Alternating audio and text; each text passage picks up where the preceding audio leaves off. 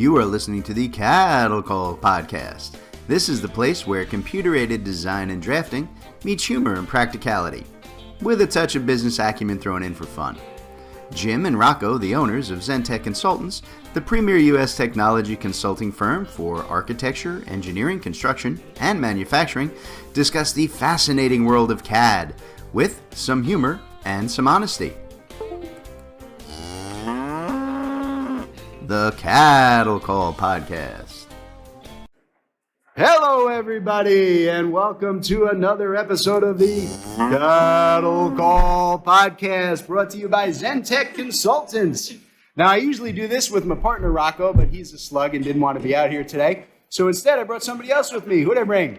Hi, this is Brian Kindig. I am taking the place of the slug today. So I'm taking There you go. spot. Brian runs sales for our entire U.S. division. So, all right, folks, a very important thing that we do here on the Cattle Call, just to kind of get things going and make sure that you are all hating me. Let me introduce myself. I am Jim Coppinger. I am kind of your very loud, obnoxious host who looks a little bit like a geriatric Charlie Brown. That's me. So to get things going, I always like to torture my fellow constituents here with my favorite engineering joke of the week. All right, here we go, ladies and gentlemen. So here's your joke.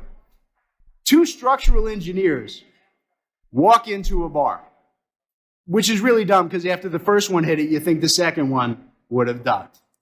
There you go. Absolutely awful, and that's how we started. All right, so we appreciate you guys all being out here today at the GBCA Tech Expo. We do this pretty much every year at this point. We kind of tie in with you guys, and we do a little bit with Tech on the virtual setup. But we have Matt de Blasio and Meg Ginsberg here from the GBCA. And I want to, first of all, thank you guys for having us come out. And I want to give you guys the opportunity to talk a little bit about the program, what you guys set up each year, how you set it up, and what your goals are. So who wants to go first?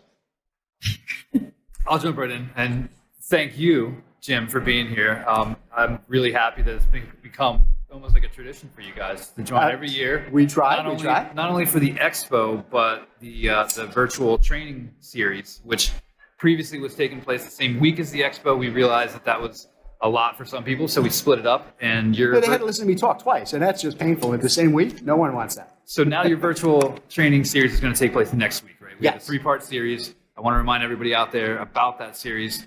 Today is a heck of a lot of fun. I hope everybody's enjoying, but we have more to come. So next week, if everybody's available, please register for the 3-part training series which Tech is putting on.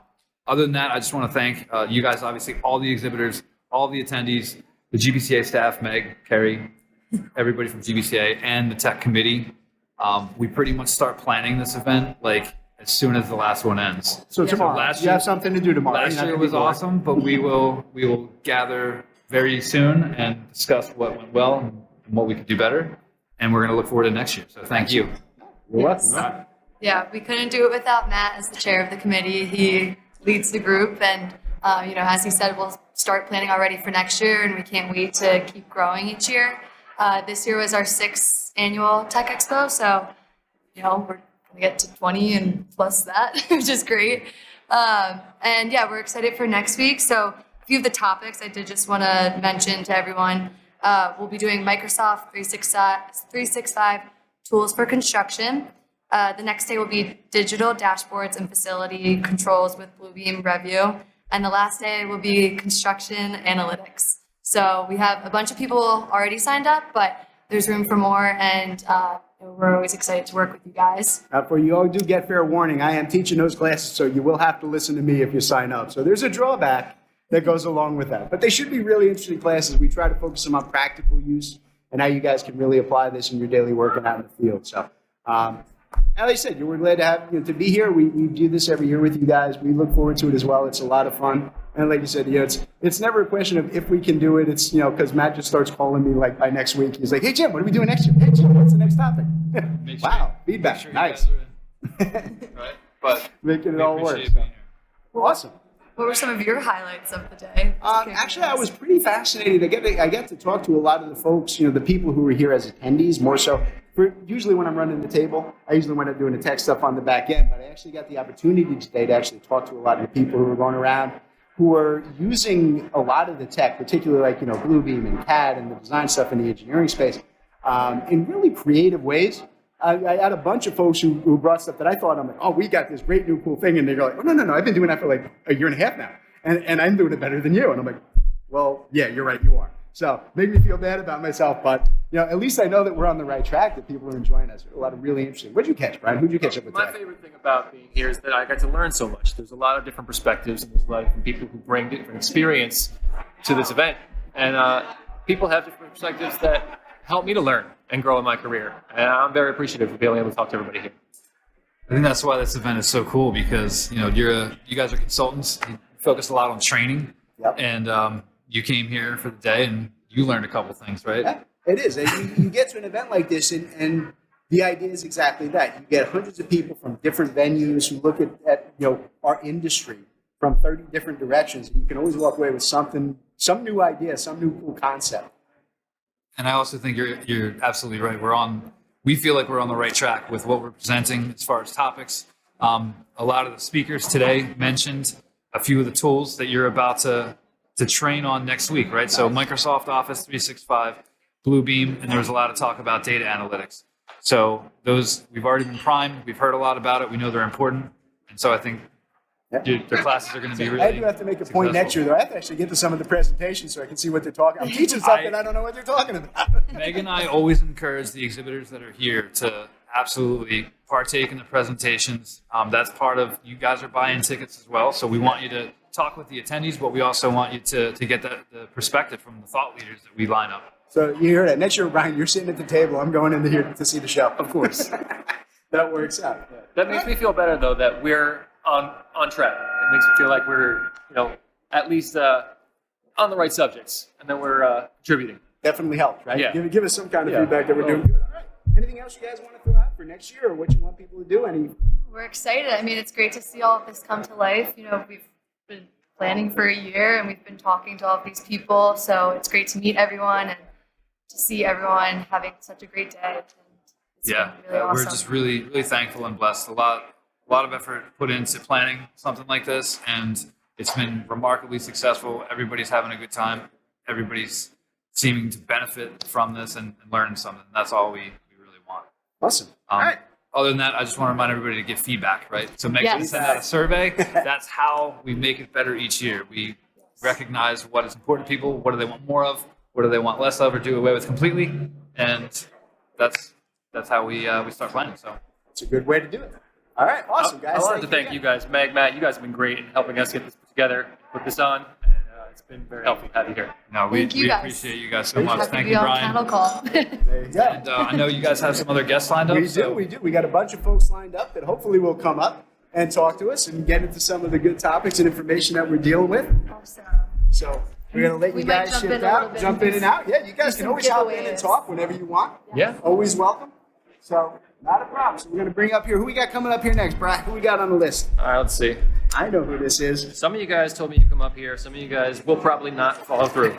I know our first guest, though, is Matt Krebs. Matt Krebs, that's right.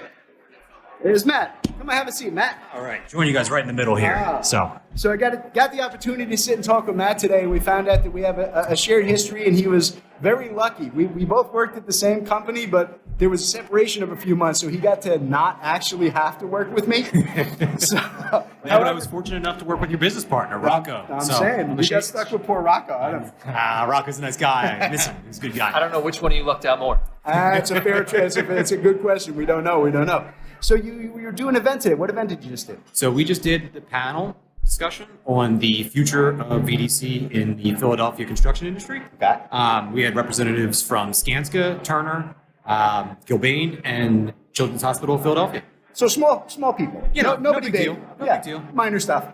So that's awesome. That's a heck of a turnout. It was a Yeah. great panel. I, honestly, when the panel started, I kind of glanced out at the crowd. And this is the way most of them have been. Most of the seats full, et cetera, et cetera. By the time I turned around for the questions and answers, though, the entire room was full. I saw vendors in there. It was jarring. So Yeah, it's I heard great. a lot of good feedback on the place. So I didn't get in there to see it myself, but everybody was talking about your panel, said it went really, really well. Yeah, I mean, that's just a testament to just kind of, I think, that a conference or this expo as a whole, last year we were around 250 people. This year we're at like 340. So seeing that year over year increase is really just driving the turnout here. And and making these sessions so much more entertaining, because when you have, 4 heavyweights like that on a panel, you want to preach to as many people as possible, get as many people involved as possible so that they can see what these companies are doing and really spur innovation at their own places of business. So it's really exciting to get them together and have those conversations. That's awesome. So we were talking this morning, like I said, so you dodged out of having to work with me, but where are you now? What are you doing? So I'm the VDC manager for Intech Construction. Okay. And we were having a little bit of a conversation this morning. What I said I wanted to hit with, touch base with you. We were talking about Procore, and you guys are using Procore. We do. And we're going to have Procore up here in just a minute, Chris, so we're going to bash you a little bit for a minute, so please bear with. We will get to the good stuff in just a moment, I promise. And one of the issues that does come up, right, we are at Zentech, we're a certified Procore consultant. So we do a lot of work with folks, helping them optimize, configure, get Procore to work the way they want it to. While Procore is an amazing product, I love it.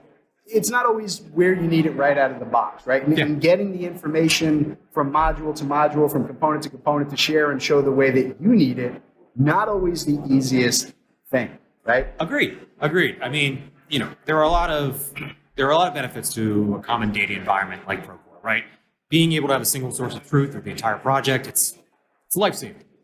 However, with the modularization and the reporting on each of those modules, not really being able to out of the box kind of communicate across each other, Right. It's prohibitive for us to do certain reports, things like burn rate. We want to be able to compare things from these different modules to calculate that rate that we're hitting.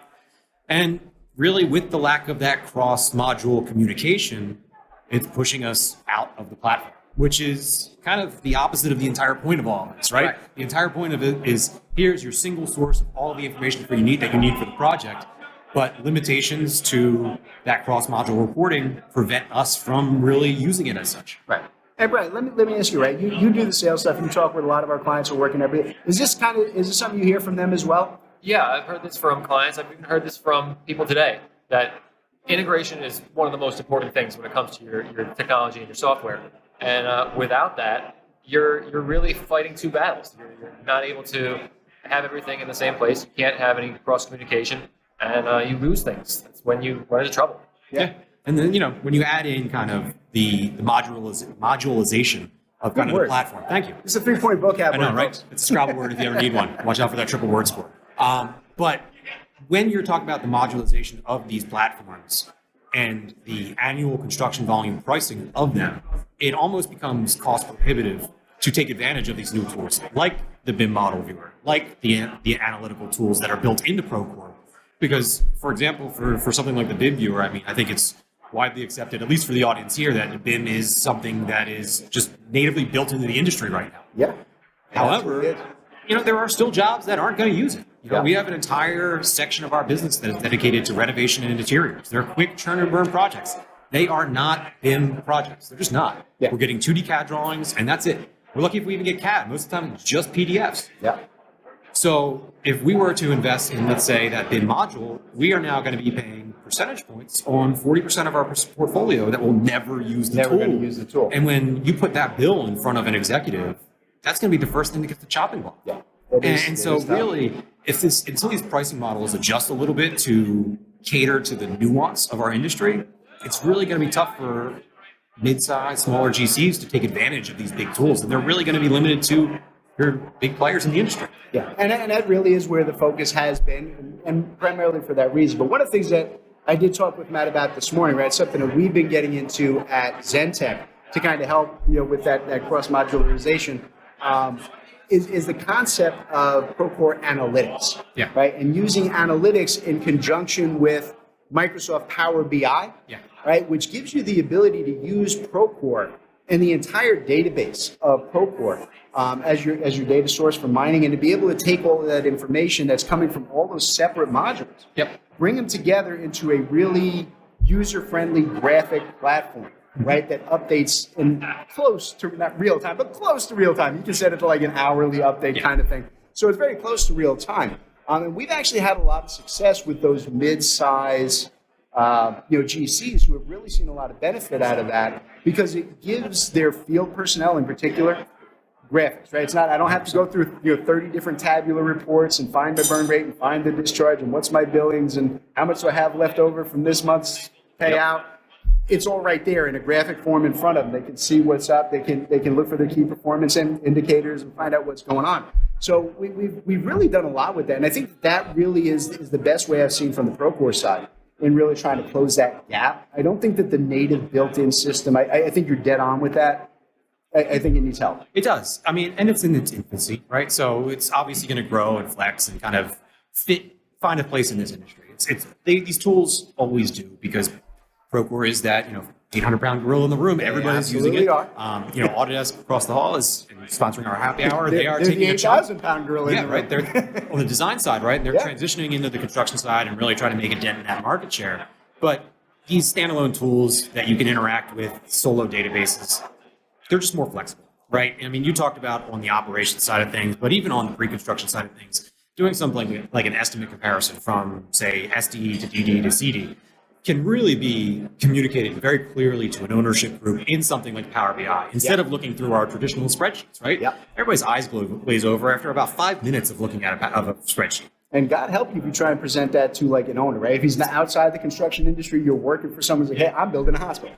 He has no idea what those spreadsheets mean or what he's looking at. But if you could tabularize that data, put it into spreadsheet or graphs and bar graphs and pie graphs, and make it more of what they see on a daily basis, which is really financial reporting. Yep. You're gonna just hit home faster. You're gonna be communicating what you're doing so much faster. Yeah. I mean, we developed an estimate comparison dashboard for either 2 or 3 estimates that really allows us to communicate to an ownership group the deltas in between not only individual large systems like structure, MEP, facade, et cetera, but really into the sub area as well, looking at individual increases. So we could say that, hey, you added a floor, there's a big jump in structural steel. Here's this delta. There's a $1 million delta, and it's because, let's say we switch structural systems. It's going to be a big difference. And being able to communicate that clearly instead of just saying, here is what it was and here what it is now, it's just a better way to communicate. Yeah, and it is. And I think it's one of my favorite components in Procore, and like I said, that's what we were talking about. It just,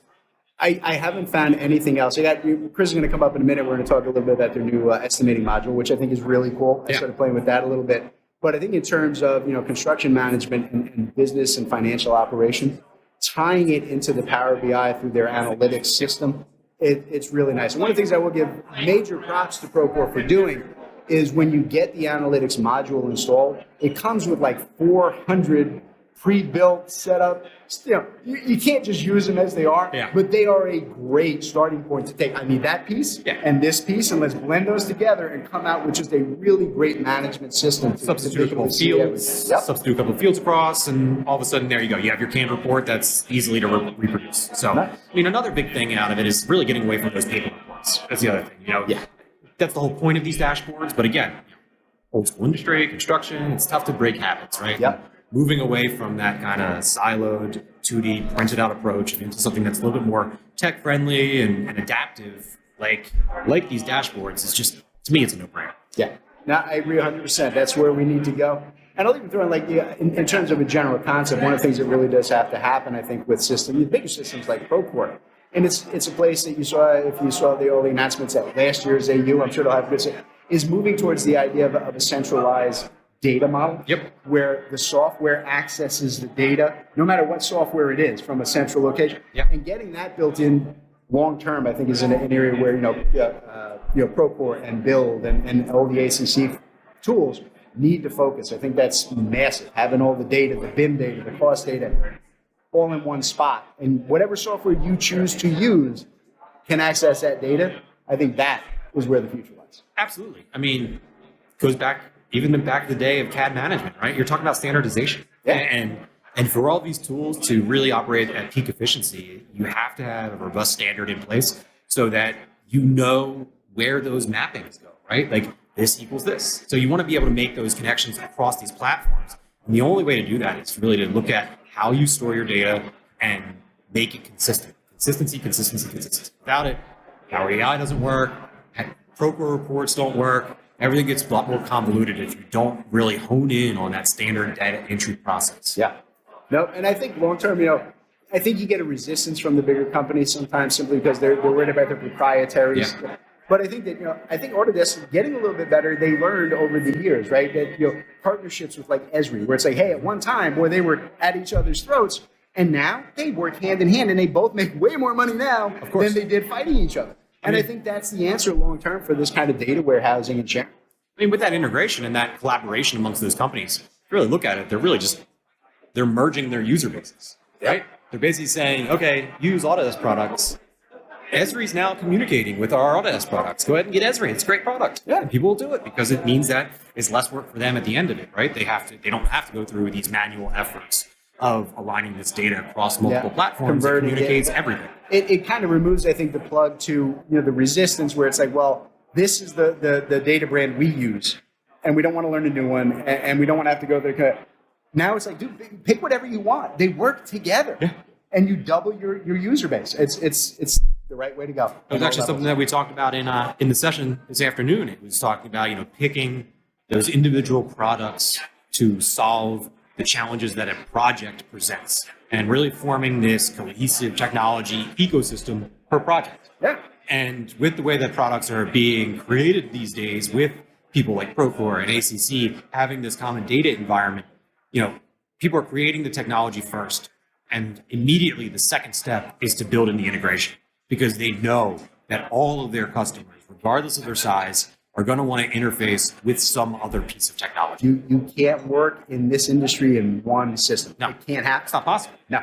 Because you have mandates from owners, you have your own internal decisions, you have mandates from subs, you have all of these different kind of stipulations around these projects, and you have to be flexible enough to bounce between them and make sure that the tools that you use are able to bounce between them as well. Yeah, that's the right answer. So there you go. See? So we beat up on Procore a little bit, but we're going to get nice to them in a minute. I mean, they have a place, everybody has a place in the industry, and people like companies like Procore have proven to be invaluable by creating that single source of truth for a project, and for owners for that matter, right? Like the idea that anybody can go into this project portal and really get a history of how this project has come to be is huge. And there's really no way around that. And that's only available due to companies like Procore, companies like Autodesk, who are putting out these products to be able to do just that.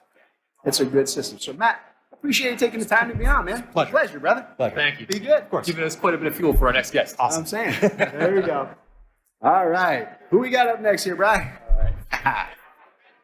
Next, Chris Kearney. We'll be talking about the Procore estimating model. We got some. Here we go. Hello. Who we How got are here? you? Aurora Giannaroga with Imagine It Technologies. Oh, excellent. Imagine it. I was telling a story to Brian before I came this close to running your Northeast division. Oh, wow. Yeah. Wow. Actually, I was on the block. I had to turn the job down. But no, I love Imagine. Imagine's a wonderful Autodesk partner. Yep, we are One the of the- #1 fully certified construction partner in North America for Autodesk. We also do write the training coursework and do a lot of consulting for Autodesk related tools. And then we're the #1 partner for Leica 3D scanning. Okay, too. very nice. Yeah. That's excellent. No, the scanning stuff, that's kind of cool because that's something we're just getting into ourselves. A little bit on the lesser side. We've been working a lot at Zentech in the internal scanning using Matterport and the internal Right. the Right. Pro 3 models, and kind of taking that to the outside. But when you're doing a high end, high density 0.5 laser scanning Exactly. externally for civil work in particular Right. and externals, that's a whole other level of infrastructure Right. and setup and the point cloud setup. And Leica has various models for highest accuracy, fastest in the field, portable, walking around to-go models, models you can put up in ceilings in little obscure places. So there's a lot of different tools and hardware and software for Yeah. Leica as well. It's nice stuff. And how long have you guys been partnered with Leica? Oh, years. Years? Years. I Yeah, don't you know used to the doing it num- forever, I right? don't know the number, but years, many years. Yes. Good.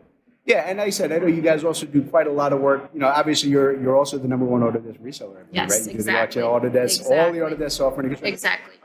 Because we are Autodesk solutions providers at Zentech, so we don't compete in the sales stuff. Right. We stay out of that space. We're not resellers. We work with people kind of developing their internal process, right? How to make it work better, more efficient, Right. train, Exactly. and I know we have a lot of overlap in Right. those two areas. But we have just seen an absolute boom, I guess, over the last 3 years of people who are really interested in not even so much training on the software, but training on industry process, Yes. right? And, how do I work this from a construction management side? How do I take and handle, the BIM models in the field, Right. Kind of, I think we're seeing a lot more of the step up of the construction world adapting to that 3D modeling, the 3D BIM structure we just talked about with Matt. Exactly. Where have you guys been going in that road? What's your main focus there, and what's your client base? We have clients throughout the AEC space, throughout the manufacturing space, throughout the entertainment space. But specifically in the AEC space, we're seeing a lot of that service provision. We're doing a lot of BIM managed services, really, again, helping firms improve their processes, become more efficient, become more productive, do more with less, right? Right. The hiring market, still challenging, right? So design Absolutely. automation, how do we automate some of these processes and do more with less and become more efficient? And managed services, it's very hard to find those key employees. So a lot of firms have turned to us as an outsourced part-time managed service provider for that kind of support. No, that's a good tool to use. And you're absolutely right. I mean, I think just about everybody we spoke to here today, every company in this, entire expo here today has all said the same, that we can't find people. Exactly. There's not enough trained people out there. Ryan and I were having a conversation earlier that the numbers are crazy. Something about like 60% of the entire construction, particularly on the back end, the management, Right. the design side, are over the age of 45 and planning to retire within the next 10 to Right. 15 years. Right. And right now we're looking at about 15% of that being replaceable, Yes. which means we're just looking at massive shortages, both in the tradespeople in the field and the people doing the estimating, the construction management, the back end design, and Exactly. VDC work. And there's got to be a way to do that, right? And it comes down to efficiency. Yes. It comes down to understanding technology and training, right? This is an area where both Yes. our companies work Yes. together, right? We do a lot of this stuff. Right. And we partner with Microsoft, who's here today as Right. well, right? We're sponsoring the event. To make sure that people are training their staff. And I know it's a little bit of a sales pitch, folks, whether you want to hear it or not, but here's what I'll tell you. If you don't train your staff, it is actually listed as the number one reason why people leave. Exactly. More so than salary and vacations. Lack of training. Absolutely. Because nobody wants to get stuck in a scenario where they're working on software or systems or procedures that are 5-10 years out of date, because now they're no longer hireable. Right. And they want to feel they're invested in, especially the younger employees. They want to feel that you are training them, investing in them and their future. And that's another service and a tool. We partner with Eagle Point for the Pinnacle Learning Management System. Yeah. And so that has all kinds of training content, from the Autodesk tools, to which we write the coursework and training for that, to Bluebeam, to Microsoft, to Adobe, to HR, to safety. Yep. It has all of those platforms. So a lot of firms are starting to adopt now an LMS, an e-learning platform, to onboard, to train, to improve their employee skills. We worked with Pinnacle when they first came out, and I said, one of our marketing director, her husband was one of the founding members of Pinnacle back in the day. And we worked with them. I used to work with like AMS, which is an older Autodesk reseller. And one of the things I always did like about Pinnacle, and I think they still have it, you can tell me if they do it or not, used to actually be able, there was a module to it that you could actually adapt and customize to your own internal processes. Yeah. So like I said, for onboarding and HR and reporting and things like and that. that's the most important part, is that they can be customized to that firm's processes and standards and workflows. And that's It comes back to integration, Yes, like we were yes. saying earlier. That's one of the most important parts. Right. I was just going to ask, have you seen a higher adoption rate among younger employees and younger companies for training in this regard? Yes. Yes, I think so. We have seen, especially the younger staff, when we get them trained properly on how to use a learning management system, an e-learning platform, and make sure that, that it's warranted, let's say, that the management wants them to improve, and they give prizes for the heavy users. We do see them using it. Okay. And it's downloadable content too, so if they're on an airplane, they can do a training module, things like that. That's great. It's a wonderful setup. Yeah, and I said the key to it all is training and keeping your folks engaged. And the more they're engaged, the happier they're going to be, and the more efficient they're going to be. Exactly. It's a Finding simple. ways to train in the environments that they already exist, Exactly. adapting to their environments and how they want to learn is going to be the best way to move Right. forward. Yeah. And showing them that, hey, there's all these products. Maybe we can do a little more learning on something new and improve some processes, right? That's one of the things we saw here today. We had a lot of the folks coming by because we're huge Bluebeam, not even resellers so much. We do a lot of development and back end configuration, but we had a lot of guys who listen to the cattle call, who hit Zentech online and see all the stuff that we do, who are excited about like this is a new process that I can bring to my company. Nobody else in my company is doing this, and I'm putting this together from the ground up to show them, and they get so excited. And that's what you want in your employees. You want people who are going to be excited about the technology, the benefit it's going to bring, and it's going to give them the opportunity to advance up through the corporate structure and enhance their own careers. So I think it's a win on all levels. That all sounds very positive, although I'm going to give you a bit of a negative from the sales end. When we see that, there's often going to be pushback from management. And they say, oh, well, that sounds great, but it's not going to cut it. It's not going to bring me in extra money on this job right now. So that's what we're seeing. It is an investment. It's an investment in your employees and your staff. However, it's more important to have a trained employee. Have an employee that's trained. I think it was somebody famous said this. It's better to have a trained employee leave than an untrained employee stay. That's that's so true. So it was one of the old business saws. What happens if we train them and they leave? What happens if we don't and they stay? Then we're really in trouble. And there is some pushback sometimes on the older population where I think I've been doing this so long they're resistant to learning new things. But if it's done well and it's positive reinforcement, and I think that can be overcome. And that's what I usually see. Being me and being as old as I am, looking like a geriatric Charlie Brown, I can actually tell them, like, look, dude, I'm the technology guy. I'm the guy who teaches your young staff how to do this. Look at me. If I can do it, anybody can do this. It does not require a young, spry brain. Grumpy old guys like me can do this too. It's not a problem. I learn new software every day. So. Excellent. So, Aurora, thank you so much for being on. I appreciate your time. We have a giveaway, so we're going to do our little giveaway now. Yep, absolutely. Do a giveaway. All right, so what do you we're got? gonna pull that up. What are we giving away? Giving a gift card away. Okay. So we have Stephen Clive. Stephen Clive? Klein. Stephen Klein. Stephen Klein. Going once? If he's not here, we will. Oh, there we will. We will email. Oh, and I was going to take it. We've got a You just winner. ruined my whole day, Steve. Thank you I thought I had a gift card, man. Thank you. Thank you so much. Congratulations. Thank you, Take Aurora, care. for being on. We appreciate it. Congratulations, Stephen. There you go. Enjoy. Who we got up next here? We got Marty. Hey, Marty, how you doing? Work Great. order. Welcome. Pleasure. How are you guys doing? All right. How are you? All right. So who are you with? Great What to are see you doing you. here today? Marty Cornish from Work Order AI. We're an AI quantity takeoff software. Oh, very nice. Helping estimators save a lot of time on their takeoffs. Okay. So here's we do a lot of work. We're used to like traditional estimating, so we do a lot of work with Bluebeam, PlanSwift, OST, things like that.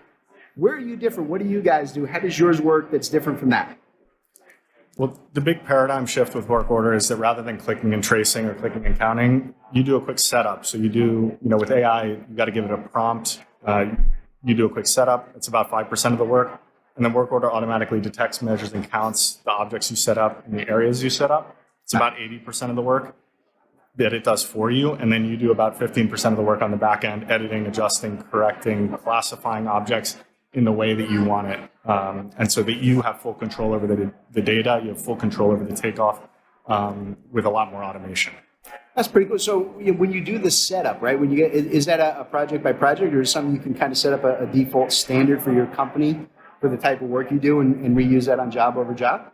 Right now, it's project by project, and so basically the workflow becomes you draw a box around the floor plan, you define any labels you want to detect, any symbols you want to detect, any tables you want to detect, and then you can match those tables, the properties from those tables, like a door schedule, for instance, or a room finish schedule. You can match those up with their respective objects in the plan view, and so you can get everything broken out with a lot richer data set than even a human estimator would with their naming convention and that measurement. Gotcha.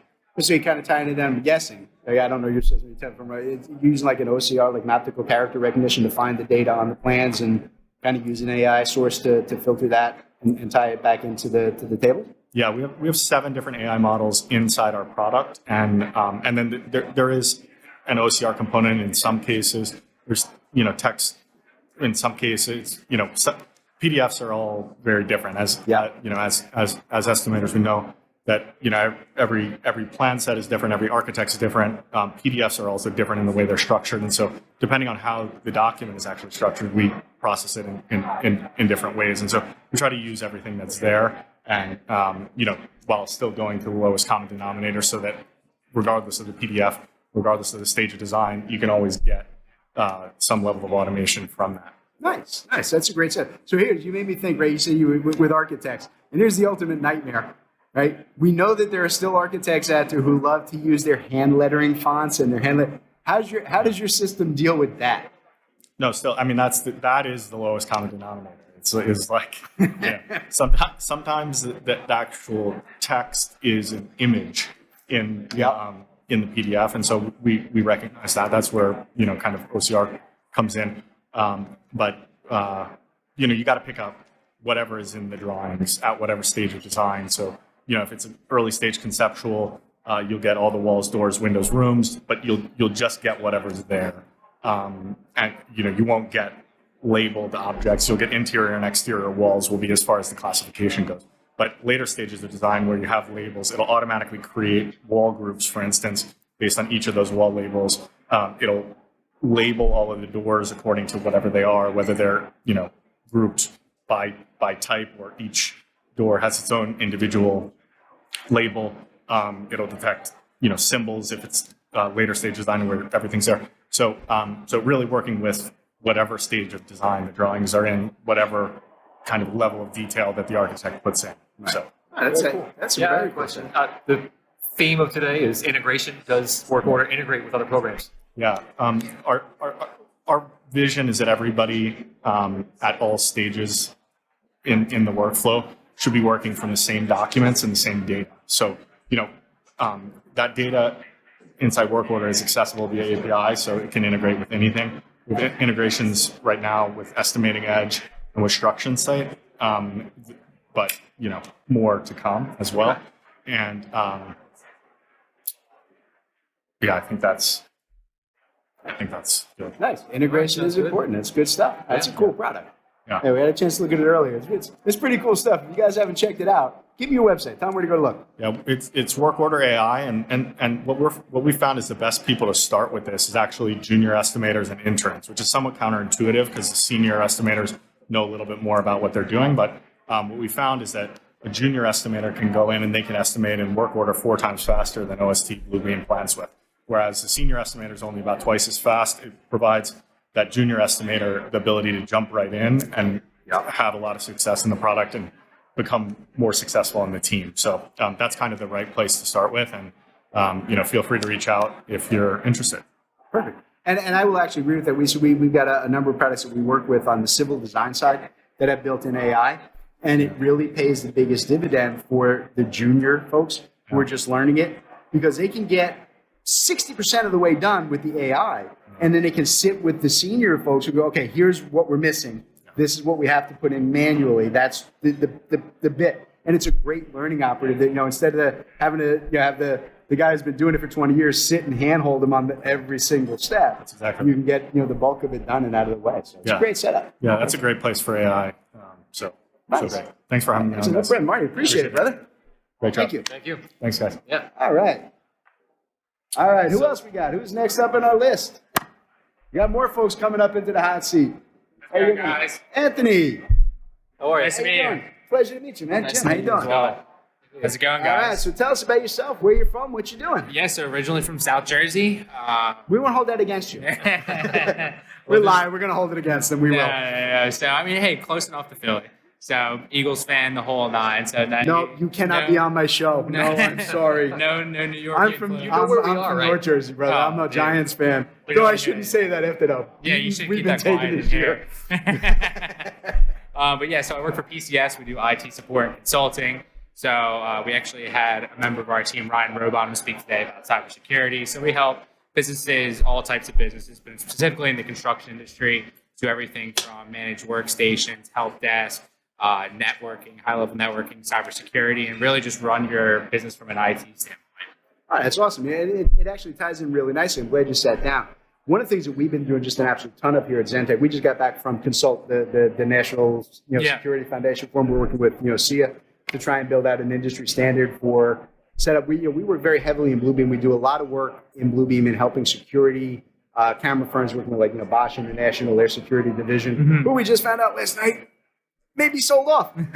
That's an interesting story that came out and hit the news yesterday. But we do a lot of work in that respect, right? And one of the things we can use Bluebeam when we tie with groups like yourselves. And I don't know what platform you guys are working in, or if you're just handling the back So end really, stuff. it's more on the hardware side, the software, because I mean, especially with the construction industry, it's so intricate, the softwares that you guys use. So we like to kind of just set you up for success. Those guys out in the field, everybody's got an iPad in their hands these days. Everybody's pulling files, pulling specs from their cloud, that wherever that sits. So we really like to manage that side of things, and then we work with companies, consultant companies like Jay Schneider's companies, to set them up with the proper softwares for the business. Yeah. And that's brilliant. It's a necessity, right? And like one of the things we were doing is building these digital dashboard structures, right? Where people can use the plans, they can use the 3D models like the Matterport scans and Bluebeam plans, CAD drawings, BIM models, where we can integrate through the back end. We can have it tied directly. Hey, here's the camera in the 3D space. Click on it. Yeah. Here's the live feed. Oh, there's that module. There's that server that you guys put in. Click on it. Here's when it was ordered. Here's the parts. Here's the components. Here's when it was last updated. So that kind of concept, we have been just seeing an absolute burst over the last 2 years, in particular security and life safety, as like the huge industries that are just going gangbusters. You guys, I mean, obviously, right? You guys are growing and doing the same stuff. Certainly, yeah. We've been, growing like crazy. Our industry in specific, it's been insane, the growth over the past 5 years. But construction, you guys hold so much valuable data and really important data, whether it comes from everything you were just talking about, that sometimes it kind of gets forgotten how sensitive that data is, and keeping that secure. Yeah. It kind of gets put on the back burner, especially because your guys' industry moves so fast. That we're kind of here to kind of pull the reins back almost, make sure everybody's doing things properly, having MFA, having the right cybersecurity measures to keep all your data safe, and as Ryan spoke about today, all of your company's information safe, because whether it's your HR data, your accounting data, how you go about your bidding processes, kind of that legacy knowledge. Yep. It's all really important to keep close to your chest. Yeah. And it is. And when you start moving in this industry, we do a lot of crossover into the government space and the biofarm. And you start working in those spaces, their security requirements for anything you're doing, it's insane.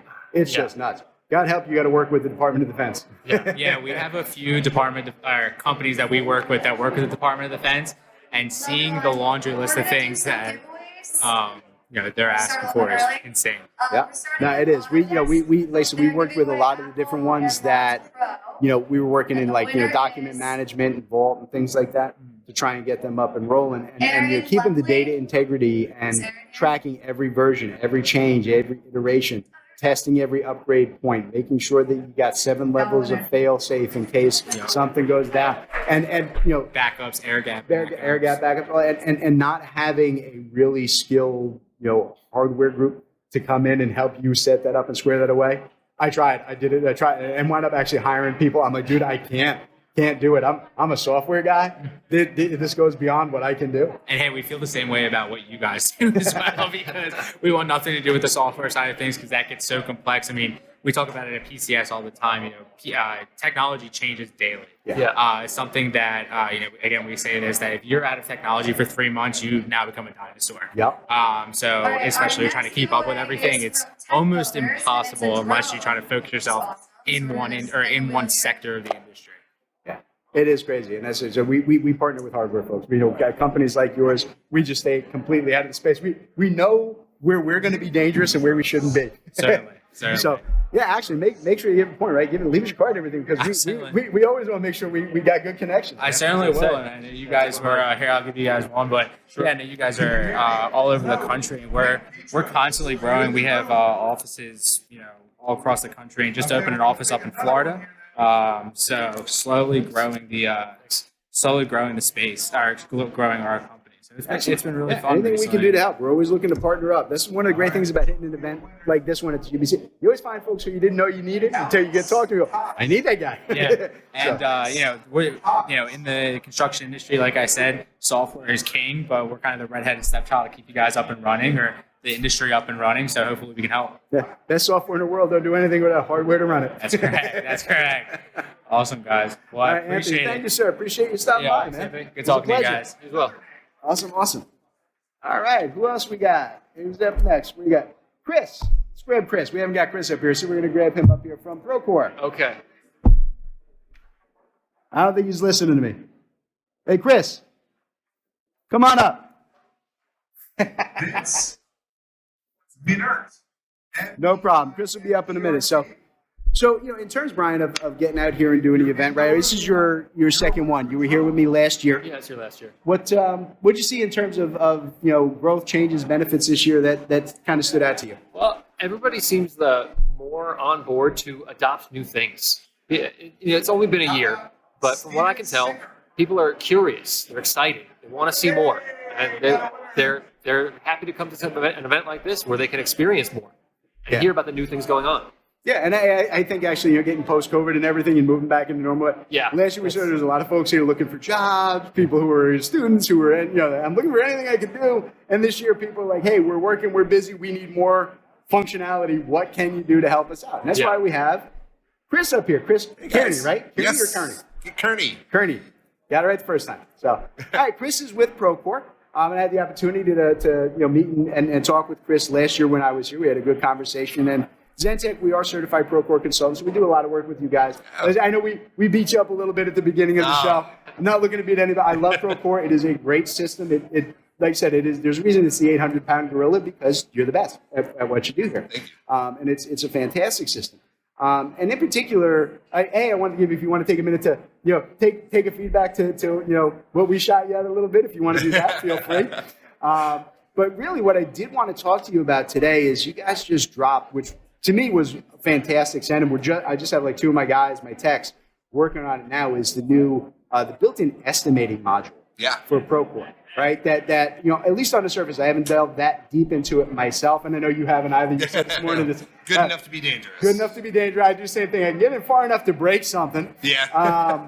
But yeah, I was looking at it, and it seems to have all the same core functionality as Bluebeam and OST and PlanSwift, and what you see inside of ACC and so on. And it's kind of a new thing. So what do you tell folks about it? How it works? What the concept is? How do they get it? Yeah.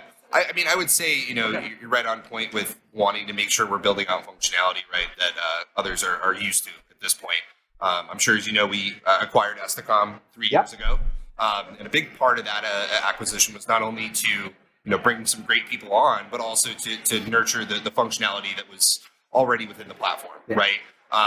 Not only nurture, but also iterate off of it. And I think that's been something that's been a big focus over the course of the last couple of years, is to make sure that functionality is compatible with our platform, but then also we have the ability to kind of build off and iterate off of it. And I think that's been a successful part of kind of what we've built out. It's connected to multiple different tools within the platform now, and I think overall that's the theme, is that it's now in the platform, right? Yeah.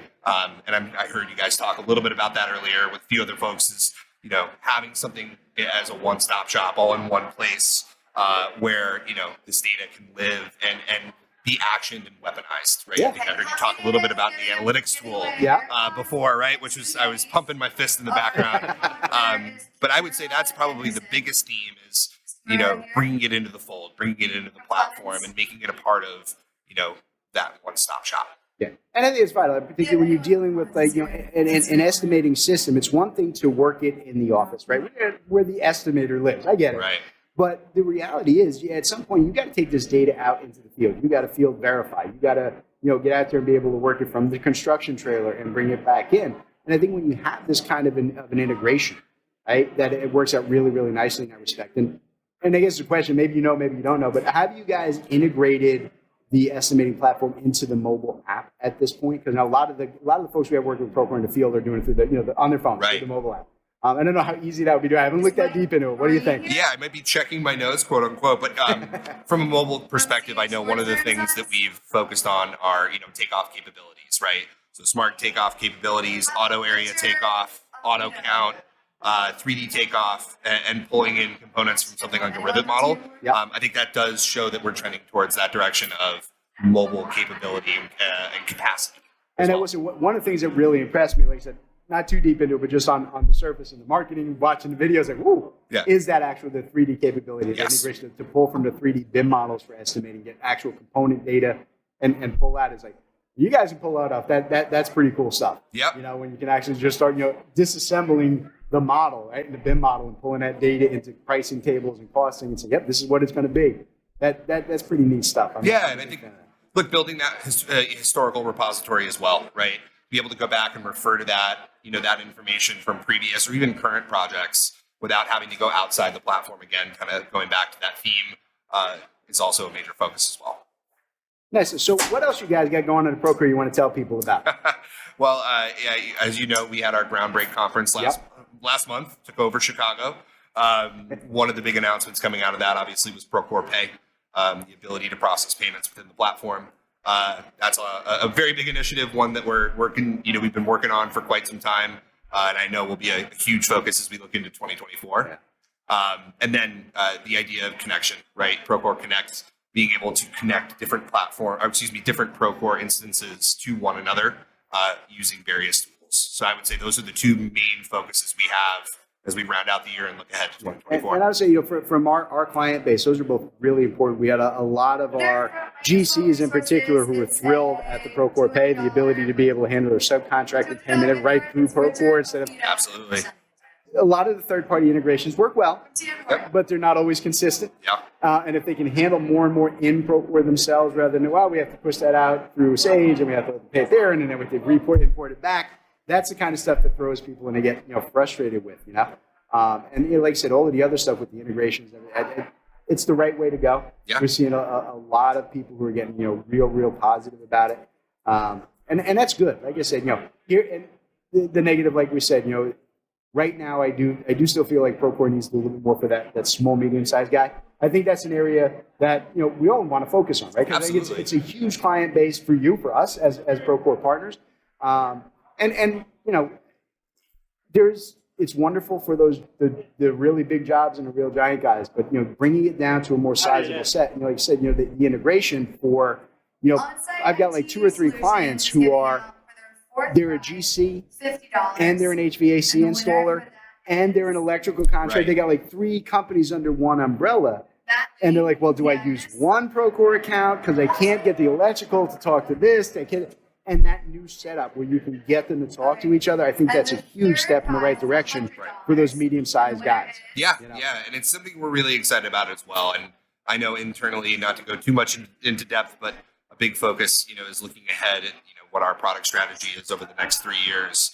And I'm excited that we are taking a step back and looking at what our existing functionality is, and how does that apply across our customer base. To your point, I think we have over 12,000 customers now. Don't quote me, but it's a really exciting challenge to be able to apply some of the product development focus that we have across that entire customer base. Yeah, it's good stuff. It's good stuff. Like I said, we're partners. We work with Procore every day. Yeah. We love it. It's good stuff. And like I said, as guys playing on the same team, right? Yeah, we absolutely. take it in stride when we give each other a little poke. Say, look, We got to let's keep focus each other on these things. Keep each other exactly honest. right. We got to keep each other pushing forward, and we always look forward to the challenge. Excellent, Chris. Thank you so much. Thank brother. I you. appreciate Yeah, it. hey, this is I my know it puts first you on the spot. first podcast. I really enjoyed it. Hopefully not be the last. I hope we didn't scare you. I hope I did pretty well. You did just fine, sir. It was All right. wonderful. Thank you. Thank you, Appreciate guys. it. Appreciate it. All right. Who else wants to come on up and talk? All right. We got more folks. Who we got coming up next here? We got Anna. Come on in. Have a seat, Anna. It's going well. Can you hear us out there? Yeah, All absolutely. right. Awesome. So Anna, who are you? What are you with? What are you doing? I'm Anna. I'm the CEO of Trade. Oh, Trade is excellent. a construction payroll platform that offers workers same-day pay. Okay. Yeah. All right. Same day pay? Same-day pay. You're not getting same day pay. Stop. Okay. We can't have her on. Brian's already getting ideas. No. You're like, I pay you at all. Exactly. What do I got to do to get paid today? You go work with that. So There's- how does that work? Yeah, so we basically have developed our payroll technology to allow for 2 types of payments. So you can get your weekly direct deposit or your bi-weekly direct deposit. And then on top of that, we offer the flexibility of instant cash out if a worker is in a bind and needs their money sooner.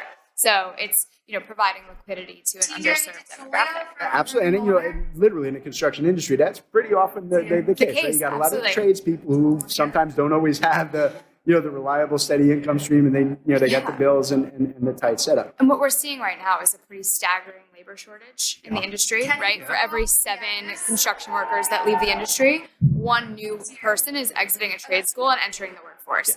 And so there's this massive shift that's happening, and workers are leaving the industry to pursue jobs in the gig economy, like driving for Uber. Yeah. Why? Because they're offering instant pay. Yes, I don't need to be a pipe fitter anymore. I want to drive for Uber. That's a better choice. Yeah. But yeah. Short-sighted, but it is often If I'm true. going to get paid today, then yeah, maybe. Maybe it is. Exactly. Right. People like to eat. Yeah. It's a thing. People are starting to prioritize the flexibility of time and pay over a long-term career in something like the trades. And so when we wanted to rethink payroll and how traditional payroll is run, we thought, how can we better incentivize workers and keep them retained to their jobs? And that was tied with same-day pay. Right. So when you're working with same-day pay, I mean, so say that, I got Brian, who I'm paying, way too much. But, I pay him like every 2 weeks. So is it something that with your app that he can go in and change? Is it something he's got to have set up on a recurring basis? Or can he just say, hey, look, just this week, I want money tomorrow because, the water pump in my car blew up, Brian. Don't remind me. Sorry, dude. It did happen to him yesterday. Yeah, no, I Too imagine. soon. Too soon. Yeah. Sorry. So it's all configurable, really. Like we built a platform that is catered to the business owner. So the subcontractor or the general contractor will basically set up their settings to say, I want to enable same-day pay or I don't want to enable same-day pay. Okay. And they can toggle it on and off depending on the season, time of year, how projects are moving, liquidity. Baseline, we still offer payroll once a week, bi-weekly, monthly, ad hoc, right? But like the other kind of operations of the platform, offering same-day pay is all something we can configure. Okay, and that can be configured on a per employee basis? Exactly. Oh, that's awesome. Wow. Yeah. Nope, we're not putting it in. You're not getting paid tonight. It's not happening, dude. Yeah. He keeps trying. We have to, it's hard to change thinking in this industry, right? Like we're very set in our ways. We've done things the same way for 20, 30, 40 years. Yeah. Rethinking payroll is a huge leap that we have to take. But in order to think big and think to the future of construction, we have to start thinking this way. And I think it's absolutely amazing because there are just times when you're working a job, particularly with subcontractors, where it's like, look, man, if I don't get my money, I ain't gonna be on a site tomorrow. Yeah, my And workers you know, aren't sometimes gonna you just gotta, all right, fine, I can cut your money, it'll be there tomorrow by noon. Exactly. And it works. Or the job stalls. Yeah. And that happens more often than you think. Yeah. We And- have jobs stalled right now Yeah. because payment is Payment is pending. being delayed. Yeah. Last year, slow and late payments cost the industry $210 billion in losses. That's that's almost as from- much as I pay Brian. I want his job. I'm saying, so do I. That's amazing. But yeah, like people not getting paid is resulting in work stoppage, high attrition, right? We need to stop the hemorrhaging that's happening so downstream. No, I agree. That's a wonderful setup. So where do people get this? How do they get it installed? How do they get some demos and see how it all works? Absolutely. So if they go on our website, buildtrade.com, they're able to access a link for a demo. They can schedule time with me personally if they'd like that experience. And that is very lovely. You're going to enjoy it. Yeah. Schedule time. I'll crack a few jokes, whatever you need. So once you go through a demo and get to experience the platform, we can get you set up really quickly. Excellent. Yeah. Perfect. Thank you so much Thank you for stopping by. having I me. really appreciate it. Yeah, It's a absolutely. pleasure to meet you. Nice to meet you too. Thank you. Awesome. Of Awesome. course. I hope that was All fun. right. I think, do we have anybody else who wants to come up and talk about what they are, what they do? No? Thank you. That's right. Brian and I can talk and kind of wrap it up in here. All right. So we got the update. And again, if you all want to pop up while we're talking, feel free. I did take down a few more names. I'm not going to announce them, but those of you who spoke to me know who you are. If you'd like to come up and You speak, know who you are. We're looking at you. if you'd like to come up and speak, please do so. So, but I think this went really well. Like I said, it was a really good event today, and I think that the podcast is great. What's always surprising about an event like this to me is that you get so many people doing like I wouldn't have expected like someone like Anna to come up and talk about pace, how you pay people in time. And, It's not on the forefront of your mind, but there's changes going on in the industry, and there are people who are tapped into those changes, leading the charge, and they're convening here, and you can speak to them, and they'll tell you all about it because they're excited about it. That's what I like about it the most. It is. People are It's excited. pretty amazing stuff. Like I said, we tend to live in the design build world, and we think that's everything. And we come to an event like this, which is focused around it. You think, oh, everybody's thinking the same way, doing the same things we are. And I'm just stunned at how many people are here who just do things. I'm like, I never would have thought to see something like that here. But you talk to them, like, yeah, that absolutely ties directly to our industry. Yeah, everybody has their own worldview. They have their own personal biases, whether they like it or not. And when you get to a place like this, you get to really see different views and different biases and think about things that you wouldn't have necessarily thought about without having that outside influence. Absolutely. It works out real well. All right. So it doesn't look like anybody else wants to come up and be our victims. So with that, folks, we are going to get out of here. So I want to thank you all for listening in. I hope we didn't torture you too much. And we're going to bounce, and we'll catch you next time on the Cattle Call Podcast.